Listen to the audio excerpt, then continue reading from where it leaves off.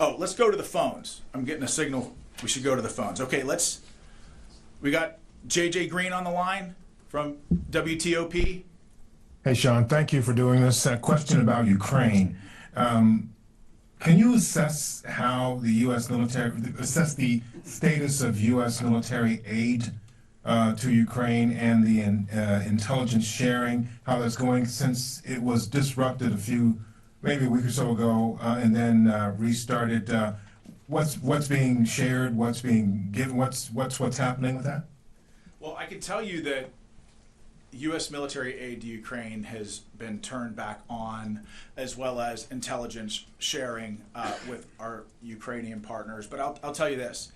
The president has been very clear since his time on the campaign trail that his focus with the war in Ukraine is bringing about peace and putting a distinct focus on peace and really to stop the dying. And so President Trump, along with his national security team, have been heavily involved in, along with Secretary Hegseth as well, heavily involved with Ukraine and Russia to try to broker that peace, understanding that there will likely be difficult conversations to be had on both sides when you're talking about, the release of hostages, when you're talking about potential ceasefire agreements, when you're talking about territory.